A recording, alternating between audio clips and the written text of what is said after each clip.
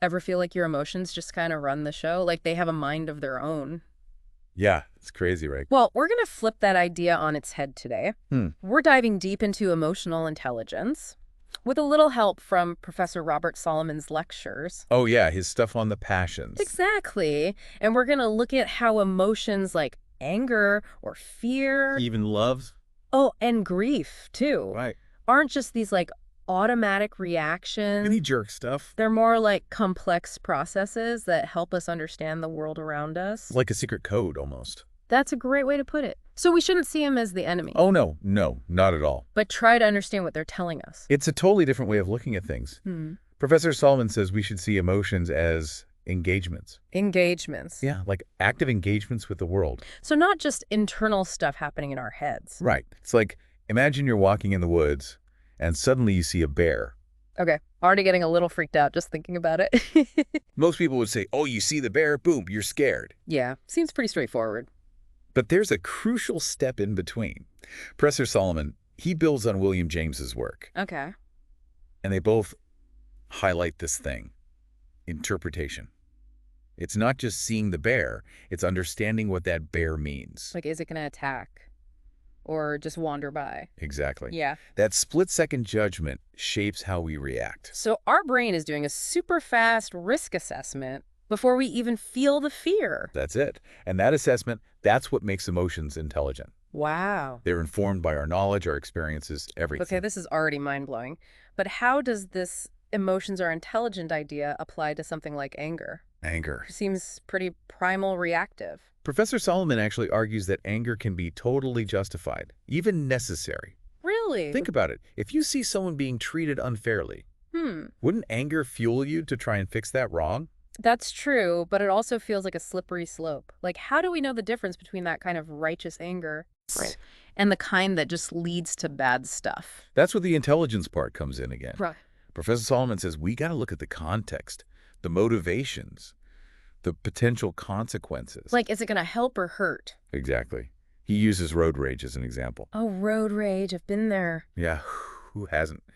But he says it's not just this primal instinct. It's also about the situation. Being stuck in our cars, the time crunch. The anonymity, yeah. All these things contribute. So it's not that we're all secretly rage monsters. It's more like the situation itself can kind of make it worse. You got it. Emotions are shaped by so many factors. This is really insightful. It makes you realize how much we just simplify these emotions. Like anger or fear, it's not just one thing. No, not at all. It's a whole mix of stuff. Instinct, knowledge. Even enjoyment sometimes, right? Yeah, maybe. So if even fear can be intelligent, what about love? Isn't that supposed to be the most irrational emotion? Ah, love. Professor Solomon would say, true love takes time. Okay. And it involves a narrative. A story. Think about it. Young couple, all that newness and passion. Yeah. Versus like a couple who's been married forever, that deep intimacy. They're definitely experiencing love differently. And that's reflected in the story they tell themselves about their relationship, right? Like the young couple, it's all about conquering obstacles. The grand romantic gestures. While the older couple, it's more about weathering storms together, building that deep connection. You got it. And those stories give love meaning, staying power. It's not just about the initial spark, it's about the whole journey, right? Professor Solomon even says that boy meets girl story, it ends where it should really begin. So happily ever after is just the starting point. Real love is about the ongoing process. Wow, that's a really good point. So we need to be aware of the stories we tell ourselves about love. For sure. And be open to rewriting them as our relationships change. Exactly. Love isn't passive, it's something we build. This is making me rethink everything I thought I knew about love. And speaking of rethinking things, what about grief? That's always seen as something to avoid, right? A sign of weakness. Right, like you gotta just get over it. But Professor Solomon, he challenges that whole idea. He does. He says grief isn't just negative, it's a process, a journey. With all sorts of emotions mixed in. Denial, anger, sadness, you name it. So it's not just about feeling sad, it's about going through this whole emotional experience. Exactly. And he brings up a really interesting question about grief. Desire. Desire. Yeah, like with most emotions, the desire's pretty clear. Right, anger, you want to retaliate. Love, you want to be close to someone. But with grief, what do we desire? That's a tough one. It's not like we can bring back the person we lost. Right. So what are we longing for? Maybe it's a return to that time before the loss, when things were different. Maybe. Or a desire to find some meaning in the loss, a way to move forward. This makes me realize we really oversimplify grief. It's way more complex than we give it credit for. It's not just a feeling, it's a process. Okay, so we've talked about anger, fear, love, grief. But what about connecting with others emotionally? What about empathy? Empathy. Isn't that just feeling sorry for someone? Where does the intelligence come in? Professor Solomon dives into that, looking at guys like Adam Smith and David Hume. Okay. Empathy. It's more than just feeling sorry. It's about trying to get what someone else is feeling. Even if you haven't gone through the same thing. Exactly. It's like trying to see the world through their eyes. Like, how do you do that when someone's totally different from you? Like, can I really empathize with someone from a completely different background? That's where the intelligence part of empathy comes in. Hmm. Professor Solomon says it's easier to empathize with people who are like us, of course. Makes sense. But it's a skill you can practice. Like building a muscle. You got it. The more we connect with different people, the better we get at it. So if my friend is going through a breakup, I don't just feel sad for them. Right. I try to understand their specific experience, their pain, You're using your own understanding of heartbreak and loss. to bridge the gap between our experiences. That's it. And Professor Solomon points out the difference between empathy and sympathy. Yeah. Sympathy, you're feeling concern. But empathy, there's a deeper understanding there, maybe even a shared feeling. But it's not just recognizing someone's pain, it's connecting with it on a deeper level. Exactly. Well, And that connection, that's crucial for building good relationships, solving conflicts, creating a better world. this whole conversation has really challenged me to see emotions differently. Professor Solomon is amazing. He really is. He's showing us how emotions aren't just these random feelings. Yeah. They're complex and powerful, and they can actually help us navigate life. They're a source of intelligence, not something to be afraid of. Exactly. I used to think emotions just happened to me. But now I'm starting to see them as tools, almost. Tools to understand ourselves and the world around us. You're getting it. Yeah. And that change in perspective can be really powerful. It makes you feel like you have more control, more ownership over your emotional life, right? Absolutely. Okay, so we've covered a lot of ground here. We've talked about how emotions are intelligent, how they're like actions we take, and how they're connected to our sense of self. And we've only just scratched the surface. But are there any emotions that are just bad?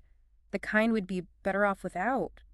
Well, Professor Solomon dives into some of the darker emotions, too. He has this whole lecture on what he calls the downward spiral. Ooh, that sounds intense. He focuses on things like resentment and vengeance. Yeah, those definitely seem like emotions that could lead you down a bad path. They can be incredibly destructive Ugh.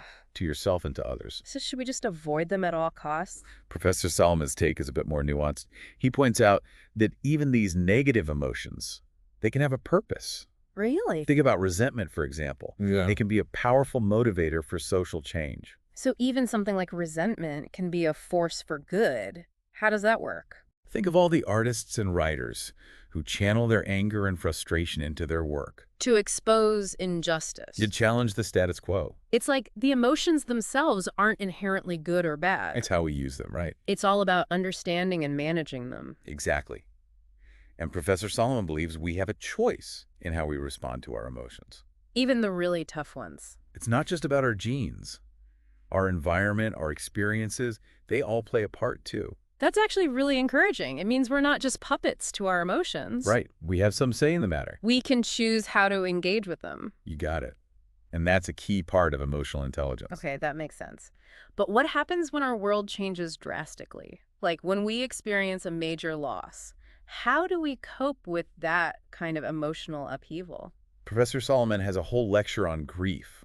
He says loss, disappointment, even death, they're all part of life. And they can really shake us to our core. They can challenge everything we thought we knew about ourselves, about the world. So how do we deal with those huge losses? How do we make sense of the grief?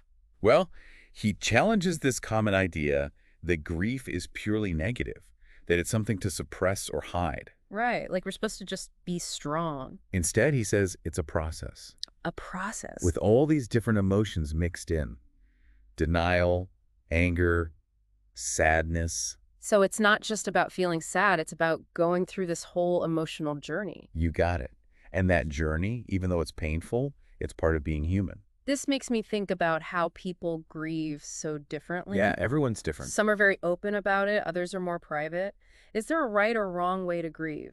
Professor Solomon says there's no one-size-fits-all approach. Okay. It's personal. It's influenced by your personality, your culture, your relationship with the person you lost. It's about honoring your own process. Exactly. And that's where emotional intelligence is so important. Okay. It's about recognizing that grief is a process to be honored, not a feeling to be overcome. Yeah. You need patience, compassion, and a willingness to just be present with the pain.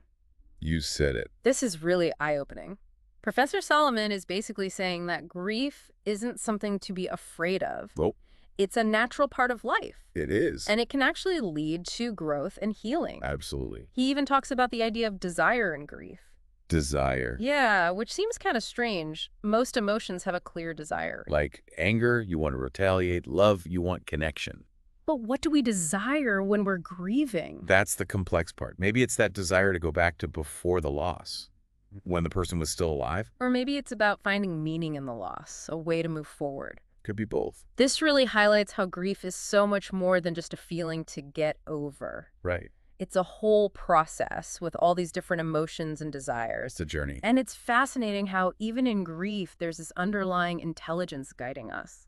That's what Professor Solomon wants us to see. He wants us to see our emotions as allies, not enemies to conquer. To understand them, not fear them. Okay, I'm starting to get it. So we've established that emotions aren't just random feelings. They have this intelligence, they shape our reality, they're connected to who we are. It's all connected. But I'm still a little confused about this idea of emotions are actions. Can you explain that a little bit? Sure.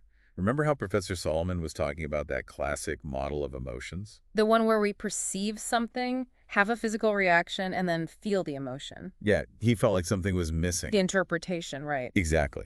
He said emotions are about engaging with the world, not just reacting to it. Okay, but how does that make them actions? Well, Jean-Paul Sartre, the existentialist philosopher, he takes this idea even further.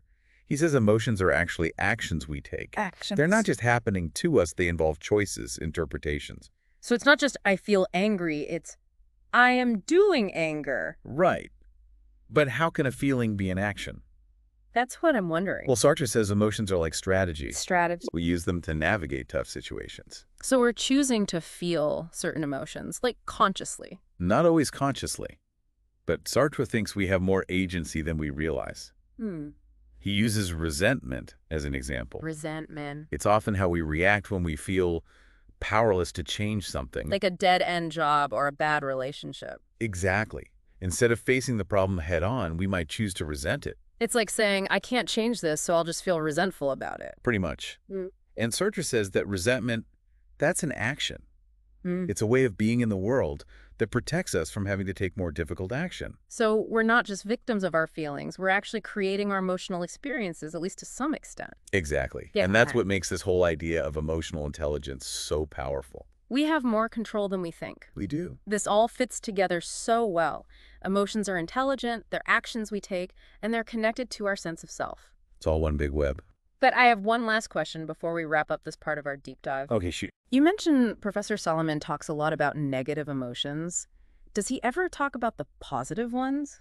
Like joy or gratitude. Yeah, exactly. He does, but his approach might surprise you. How so? He suggests that a lot of our positive emotions, like relief, for example, Relief. they're actually rooted in the absence of negative ones. So we feel relieved when something bad doesn't happen. That's the idea. That's interesting. Like, it's not the presence of something good, but the absence of something bad. Exactly. And he also points out that we're more tuned into changes than to steady states, What does that mean? like a sudden loss. That triggers intense grief. Right. But a gradual improvement, we might not even notice it emotionally.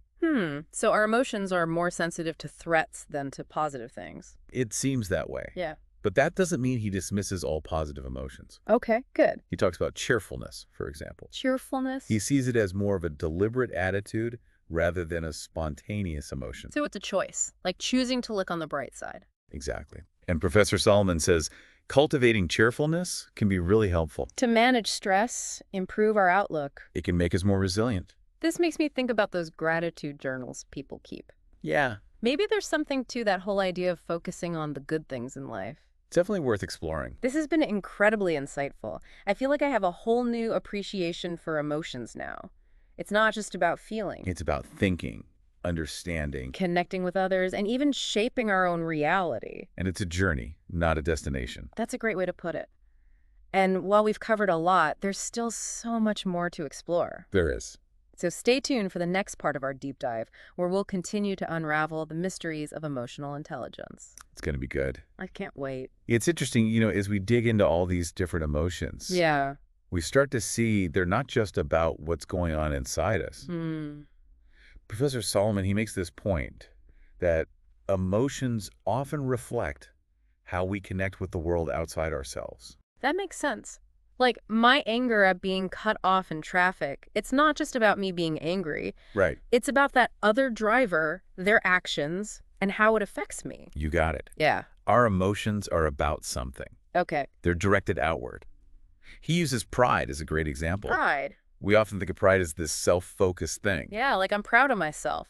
But Professor Solomon points out that we feel pride in other people too, Well, for sure. Like pride in your family. or even your favorite sports team. Totally. When someone from your hometown does something amazing, Yeah, even if you don't know them personally, you still feel that pride. exactly. Our sense of self, it extends beyond just us as individuals. We identify with groups, communities, causes. And those connections, they influence how we feel. Absolutely. It's Yeah. like our emotions are shaped by our social network, the people we see ourselves as a part of. So it's not just about me and my feelings, it's about my whole social world. Right. Professor Solomon goes even further with this. He talks about how we experience emotions that really challenge this idea of a purely individual self. What do you mean? Think about feeling shame for someone else's actions Oh, yeah. or embarrassment for something they did. We even feel guilt for things we didn't personally do. But feel responsible for on some level. Exactly. It's like our emotions aren't just personal, they're social forces that link us to each other. Wow, that's deep. Makes you think about collective guilt and responsibility. Big questions. Yeah. Like, can we really be held accountable for the actions of others, even if we weren't directly involved? That's a huge ethical dilemma. And Professor Solomon doesn't shy away from it. He suggests that these emotions, like shame and guilt, they bind us to others. In ways that go beyond individual responsibility. Exactly. It's like our emotions are part of this bigger web of connections. This is a lot to take in, but it's also really fascinating. It's like emotions are this hidden language that connects us all. And that's why understanding emotional intelligence is so important. Yeah. It helps us understand ourselves, our relationships, the whole world. You got it. But it's also a bit overwhelming. If emotions are this complex, where do we even begin to untangle them, like in our everyday lives? Well, Professor Solomon has a suggestion. He says we should practice what he calls phenomenology. Phenomenology. It's just a fancy way of saying pay attention to your own experience. Oh, okay. Like become an emotion detective. Exactly. The more we understand our own emotional landscape, the better we can navigate the world around us. That makes sense. I've definitely spent a lot of time trying to suppress my emotions, especially the negative ones. We all do. But it sounds like Professor Solomon is saying we should actually embrace them, explore them. He is. He wants us to see emotions as allies, not enemies, The more we understand them, the more we can learn from them. and use them to our advantage. Okay, so we've talked about how emotions are intelligent, how they're actions we take, and how they connect us to others. Right. But are there any emotions that are just plain bad, like the kind we'd be better off without? Professor Solomon doesn't shy away from the darker side of emotions. He actually has a whole lecture on what he calls the downward spiral of emotions. Ooh, that sounds ominous. He focuses on things like resentment and vengeance. Yeah, those are definitely emotions that can lead to some bad places. They can be incredibly destructive both for the person who feels them and the person they're directed at. So should we just try to avoid them at all costs? Well, Professor Solomon's take is a little more nuanced than that. Okay. He points out that even these seemingly negative emotions, they can have a purpose, believe it or not. Really? Like what purpose could resentment possibly serve? Well, think about it. Resentment can be a powerful motivator for social critique. I never thought about it that way. A lot of artists and thinkers, they channel their resentment into their work. To expose injustice, to challenge the way things are. Exactly. It can be a fuel for positive change, even if it's a bit of a dangerous fuel. So it's not the emotion itself that's good or bad, it's how we understand and manage it. That's the key. And Professor Solomon believes we have a choice in how we respond to our emotions. Even the really tough ones. He says it's not just about our genes, our environment, and our experiences. They shape how our emotions play out, too. So we're not just slaves to our And we emotions. have some power over them. That's good to know. But what happens when our world is turned upside down? When we experience a major loss? How do we cope with that kind of emotional upheaval? Professor Solomon addresses this directly in his lecture on grief. Okay. He says loss, disappointment, even death, these are inevitable parts of life. And they can be really hard to deal with. They can challenge our sense of self, our place in the world. So how do we deal with those big losses? How do we navigate all those intense emotions? Well, he challenges this common view that grief is purely negative. Like it's something we should just try to get rid of. Exactly. He says grief is a process, not just a feeling. A process. Yeah, and it involves a whole range of emotions. Yeah. Denial, anger, sadness. So it's not just about feeling sad, it's about going through this whole emotional journey. Exactly. And as painful as that journey might be, it's a fundamental part of being human. This makes me think about how differently people grieve. Yeah. Some are very open about their emotions, others are more private. Is there a right or wrong way to grieve? Professor Solomon says there's no one-size-fits-all approach to grief.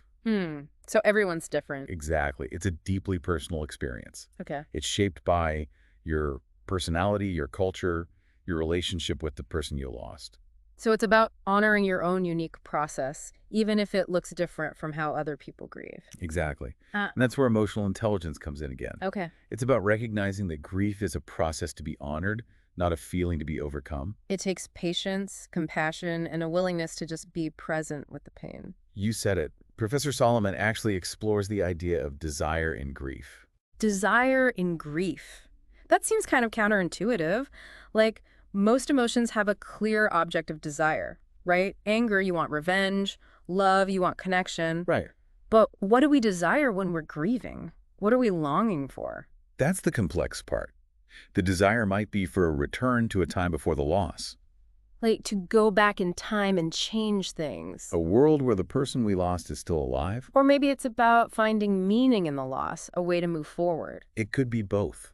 And sometimes it's hard to even articulate what we desire. This really underscores how grief is so much more than just a feeling to get over. Right. It's a process we have to work through, a journey with all these different emotions and desires. And even in grief, there's this underlying intelligence guiding us. Professor Solomon wants us to tap into that intelligence. He doesn't want us to see our emotions as enemies to be conquered, but as allies to be understood. Okay, I'm starting to get it. So we've Yeah. talked about how emotions are intelligent, how they shape our reality, and how they're connected to who we are as individuals. It's all connected. But I'm still a little stuck on this idea of emotions are actions. Can you explain that a little more? Sure. Remember how Professor Solomon challenged that classic model of emotions?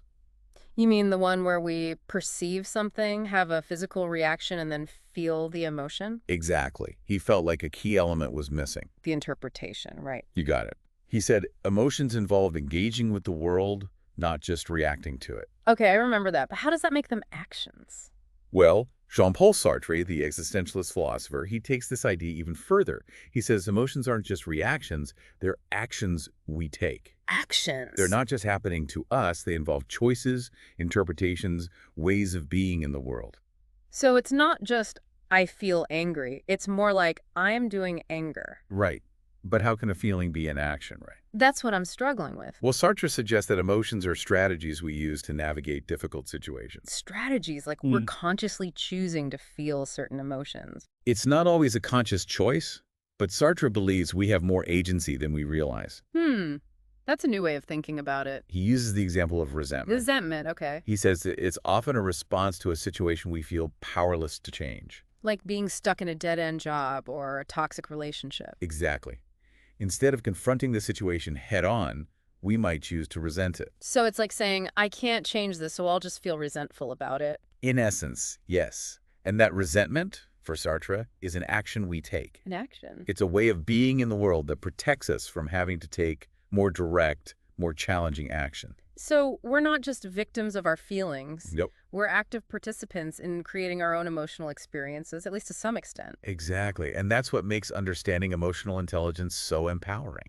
We have more control over our emotions than we think. We do. This all ties together beautifully.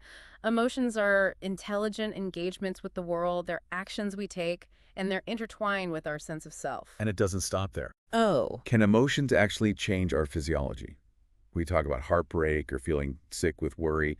Are those just metaphors, or is there a real link between our emotions and our bodies? That's a great question. I've always wondered about that. It's a question that's at the forefront of research on the mind-body connection. Right. Professor Solomon doesn't go into great detail about the physiological effects, but he does acknowledge that our emotions can have a huge impact on our bodies. So, like, stress can literally make us sick. Exactly. Yeah. Chronic stress has been linked to all sorts of physical problems. Makes sense. And on the flip side, our physical health can also affect our emotional well-being. That's right.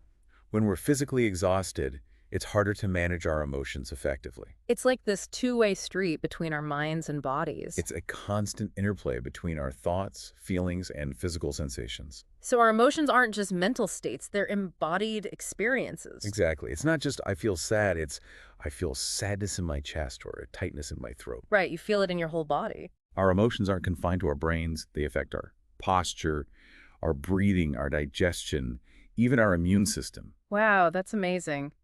So taking care of our physical health is actually crucial for our emotional well-being. Absolutely. When we're physically healthy, we're better able to manage stress, regulate our emotions, and cultivate a sense of balance. It's like a virtuous cycle. Taking care of our bodies supports our emotional health, and being emotionally healthy makes us more likely to take care of our bodies. Exactly. This deep dive into emotional intelligence has been incredible. We've learned so much. It's been quite a journey. We've seen how emotions are so much more than just feelings. They're intelligent engagements with the world, they're actions we take, and they're interwoven with our sense of self and our physical well-being. It's all connected. But before we move on, I'm curious, what does all of this mean for us in our everyday lives? How can we take these insights and actually apply them? That's the million-dollar question. Professor Solomon gives us all this information, but the real challenge is putting it into practice. He encourages us to pay attention to our own emotional experiences, to be curious about our feelings, Okay. and to question our assumptions about emotions and how they work. So it's about becoming our own emotion coaches, in a way. Exactly. Observing our reactions, understanding the intelligence behind them, and choosing how we engage with them. The more we understand our own emotional landscape, the better we can navigate the complexities of the world. Exactly. We often try to suppress or deny our emotions, especially the uncomfortable ones. I am definitely guilty of that. But Professor Solomon suggests we should embrace them, explore them, learn from them. He wants us to see emotions as allies, not enemies. And the more we understand them, the more we unlock their potential for intelligence, growth, and connection. This whole conversation has given me so much to think about. I feel inspired to pay more attention to my own emotional experiences. That's great. But I do have one last question before we wrap up this part of our deep dive. Okay, what is it? You mentioned that Professor Solomon focuses a lot on negative emotions. Does he ever talk about the positive ones, like joy, gratitude? He does, but his approach might surprise you.